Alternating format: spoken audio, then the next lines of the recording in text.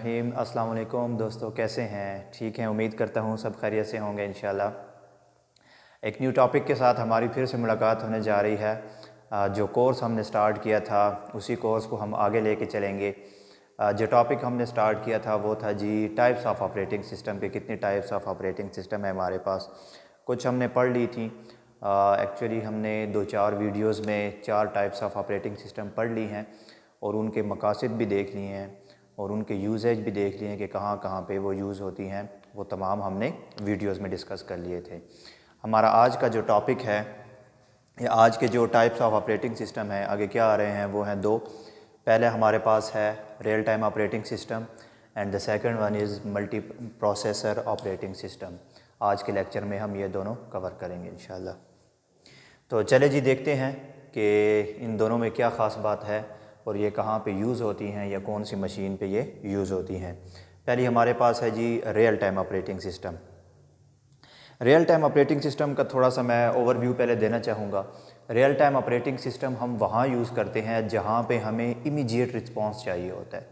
मतलब ऐसी जगह पे हम यूज़ करते हैं जहाँ पे किसी काम की सेंसिटिविटी ज़्यादा होती है, वहाँ पे हम real time operating system use करते हैं ताकि जैसे ही ये काम ख़त्म हो या इतना टाइम मतलब कोई ख़ास टाइम हम देते हैं किसी ख़ास काम के लिए कि जैसे ही वो टाइम कंप्लीट हो जाए तो हमें इमीडिएट रिस्पांस चाहिए होता है। फॉर एग्ज़ाम्पल अगर मैं मिसाल दूँ, घरों में हम वॉशिंग मशीन यूज़ करते हैं तो वॉशिंग मशीन का हम वो जो बटन होता है वो दबाते हैं, घुमाते हैं तो 5 सेकंड 10 सेकंड तक हम ले जाते हैं। जैसे ही वो 5-10 सेकंड पूरे होते हैं तो वापस आके वो ख़ुद ब खुद ऑफ़ हो जाता है। तो वो हमारे पास एक एग्ज़ाम्पल है रियल टाइम ऑपरेटिंग सिस्टम की। यहाँ पे हम देखते हैं कि बुक वालों ने हमें क्या एग्ज़ाम्पल दी है और उन्होंने हमें क्या बताया रियल टाइम ऑपरेटिंग सिस्टम के बारे में। A real time operating system is a software as usual. कौन सा सॉफ्टवेयर जी? हमारे पास सिस्टम सॉफ्टवेयर, एक सिस्टम सॉफ्टवेयर है that run real time application, जो कि रियल टाइम एप्लीकेशंस को यूज़ करता है, हार्डवेयर यूज़ करता है या सॉफ्टवेयर यूज़ करता है। एप्लीकेशन में हमारे पास तमाम आ जाते हैं जिस तरह मैंने आपको वॉशिंग मशीन की एग्जांपल दी है।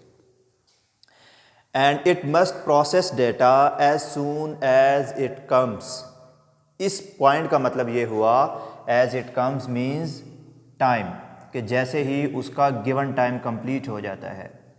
जैसे वॉशिंग मशीन में मैंने आपको कहा कि हम बटन घुमा देते हैं, वो 10 सेकंड का हो या चाहे 5 सेकंड पे हम स्टॉप कर देते हैं, तो वो 5 या 10 सेकंड जैसे ही पूरे हो जाते हैं उसके बाद हमें क्या चाहिए होता है? And give immediate response. तो हमें उसका इमीडिएट रिस्पांस भी चाहिए होता है।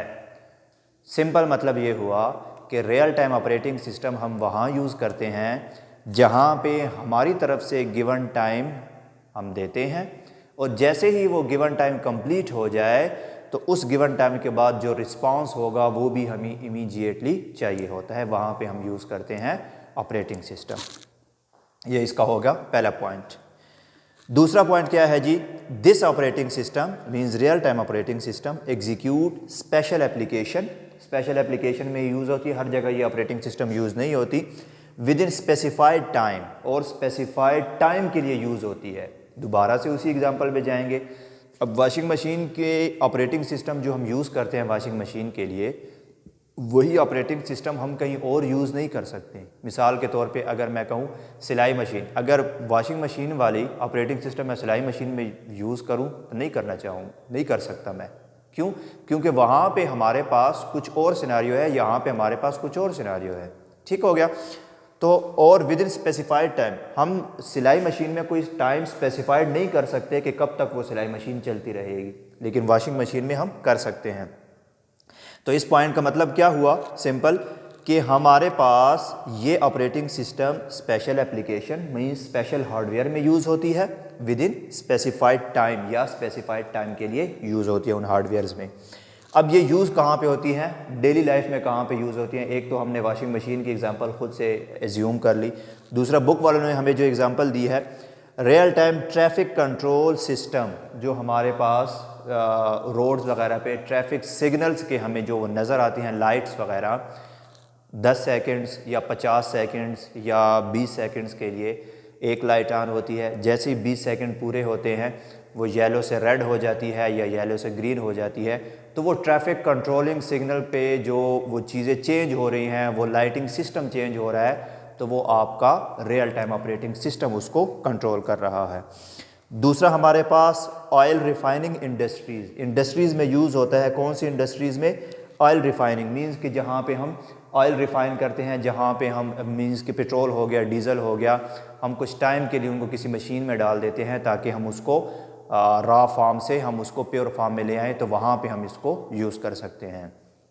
तो ये दो यूजेज हमें बुक वालों ने बताई थी और एक हमने देख ली कि हमारे पास वॉशिंग मशीन में ये किस तरह काम करती है। ये थी आपकी real time operating system.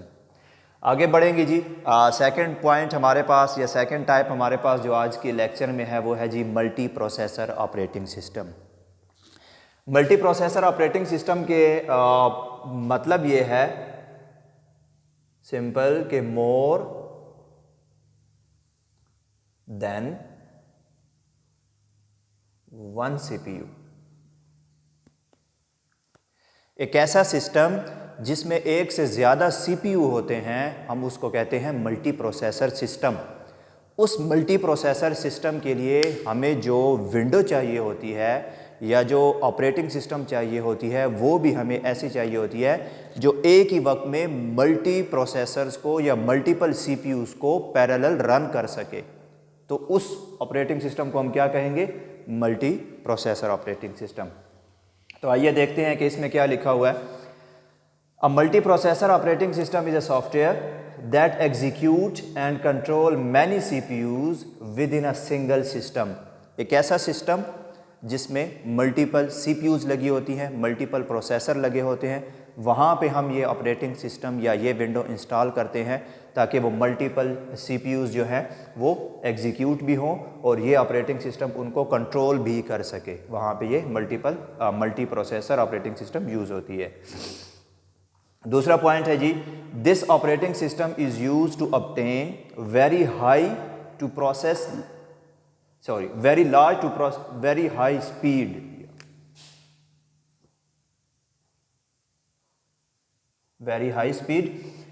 To process large amount of data. ये ऑपरेटिंग सिस्टम हम यूज़ करते हैं कहाँ पे, किस लिए यूज़ करते हैं? जहाँ पे हमें बहुत तेज़ी के साथ लार्ज अमाउंट ऑफ डेटा को प्रोसेस करना होता है, वहाँ पे हम इस ऑपरेटिंग सिस्टम को यूज़ करते हैं। अब ये रियल लाइफ में कहाँ पे यूज़ होती है वो हम देख लेते हैं। सिटी स्कैन का नाम आप लोगों ने सुना होगा। सिटी स्कैन मशीन जो होती है वो मशीन हमारे जिस सिस्टम के साथ कनेक्टेड होती है वहाँ पे हमें इस ऑपरेटिंग सिस्टम की ज़रूरत पड़ती है। क्यों ज़रूरत पड़ती है? अब देखें, पूरा किस्सा इसी एक सेंटेंस में लिखा हुआ है। जो सिटी स्कैन मशीन जो होती है उसके साथ जो सिस्टम आपका कनेक्टेड होता है, computer with high processing speed are used to rapidly combine सारी पिक्चर्स को, मतलब जो इमेज होती हैं, जो मशीन वहाँ पे आप सिटी स्कैन मशीन, एक मरीज़ पड़ा हुआ है, एक पेशेंट पड़ा हुआ है, उसको आपने मशीन के मतलब अंदर उसको स्कैन कर रहे हैं, उसका हेड स्कैन कर रहे हैं या उसकी बैकबोन को स्कैन कर रहे हैं, नैरो सिस्टम उसका पूरा स्कैन हो रहा है। तो वहाँ पे जो हम उसको स्कैन करते जा रहे हैं, वहाँ पे जो इमेज बनती जा रही हैं उन सब इमेज को कंबाइन हो रहा है। ठीक है, सारी इमेज कंबाइन हो रही हैं एंड एनालाइज हो रही हैं कि मतलब कौन सी जगह पे है, कैसा होना चाहिए, कैसा नहीं होना चाहिए, वगैरह वगैरह। मल्टीपल एक्सरेज, तमाम एक्सरेज को वो कंबाइन भी कर रहा है और एक ही साथ में वो क्या कर रहा है? एनालाइज भी करता जा रहा है एट ए फास्ट रेट, और बहुत तेज़ी से वो ये काम कर रहा है।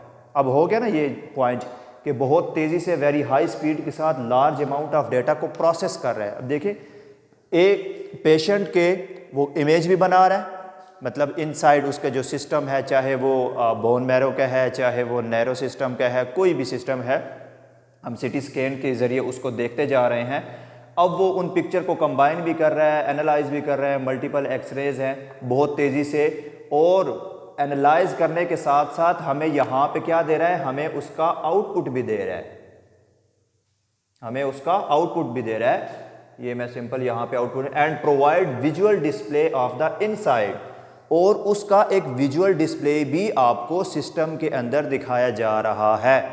तो ये हमारे पास हो गई इसका यूजेज रियल लाइफ में कि कहाँ पे आपकी multi processor operating system use होता है।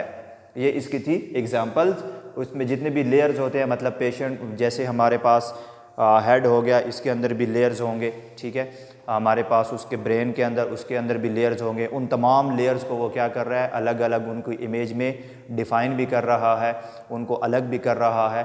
तो ये तमाम चीज़ें एक बहुत ही तेज़ी के साथ, बहुत तेज़ स्पीड के साथ हो रही हैं, उनकी एनालाइजिंग भी हो रही है और फिर उनको एज ए पिक्चर में कंबाइन करके हमें डिस्प्ले पे उसका विजुअल इफ़ेक्ट भी दिखाया जा रहा है। तो ये था जी हमारा आज का टॉपिक।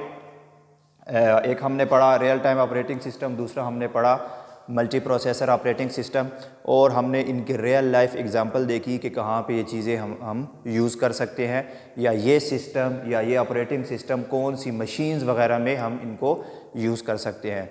आई होप इंशाल्लाह समझ आई होगी। अगर फिर भी कोई क्वेश्चन हो तो आप कमेंट्स में बता सकते हैं।